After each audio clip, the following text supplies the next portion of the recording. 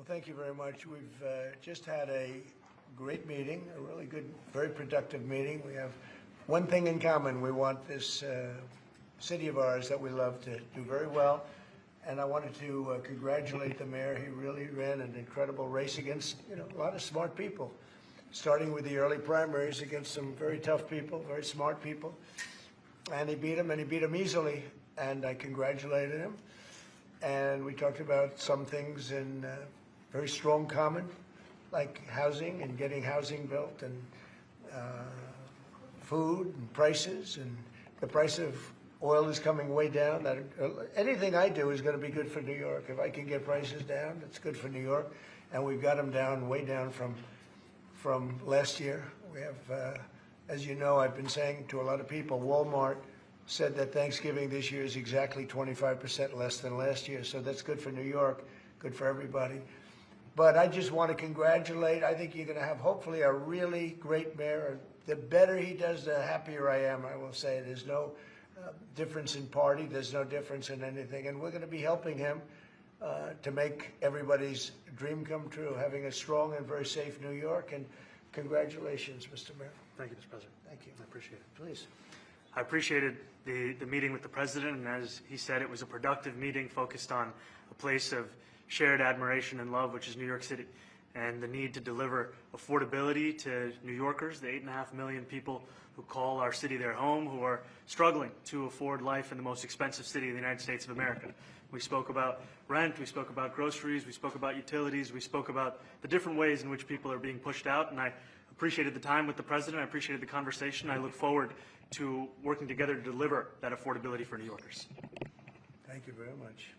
Any questions, please? President Trump, Stephen Nelson from the New York Post. I've got a question for you and then also one for the Mayor-elect. Sure.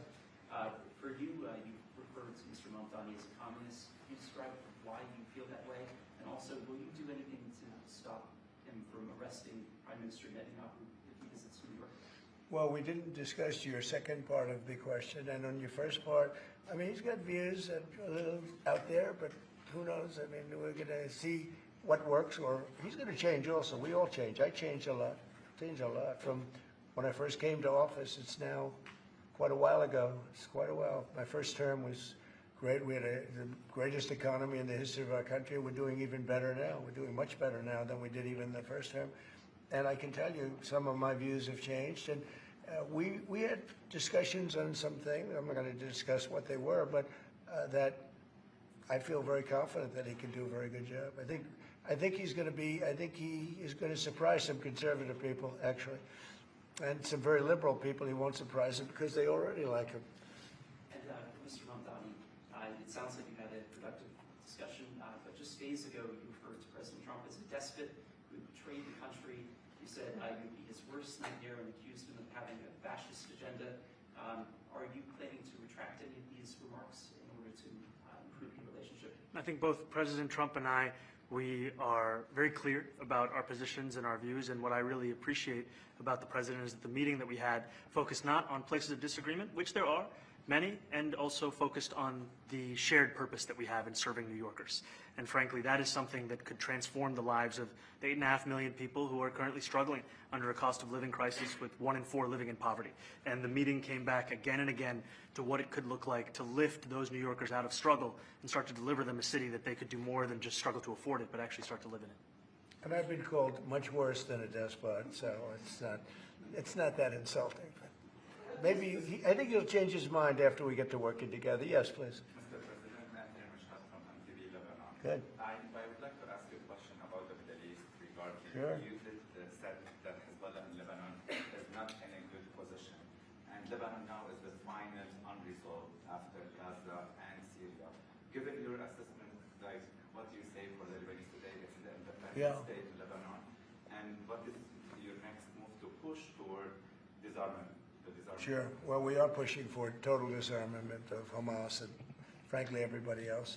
And we actually have peace in the Middle East. As you know, the King of Saudi Arabia just left yesterday.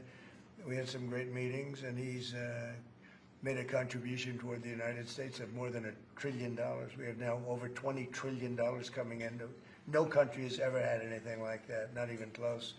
If you go to $2 trillion or $1 trillion, it's a lot. We have $20 or $21 trillion.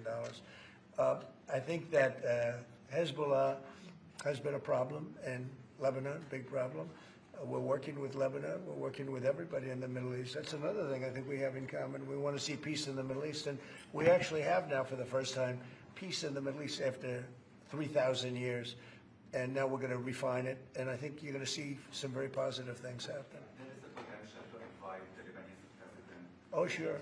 Oh, I would do that, absolutely. And if the mayor would like to be here for that meeting, because I know he feels very strongly. I think you feel very, very strongly about peace in the Middle East. I think it's, We desperately want it, and that's something that I shared with the president, that when I spoke to New Yorkers who had voted for the president last November on Hillside Avenue and Fordham Road, I asked them why. I heard again and again two major reasons. One was that they wanted an end to forever wars. They wanted an end to the taxpayer dollars we had funding violations of human rights, and they wanted to address the cost of living crisis. And I appreciated the chance to discuss both of those things. he said a lot of my voters actually voted for him, and One in 10. And I'm okay with that. President Trump, I hope to stand as well. I'll do that. I'll sign it. Give it to me. I'll sign it in a minute.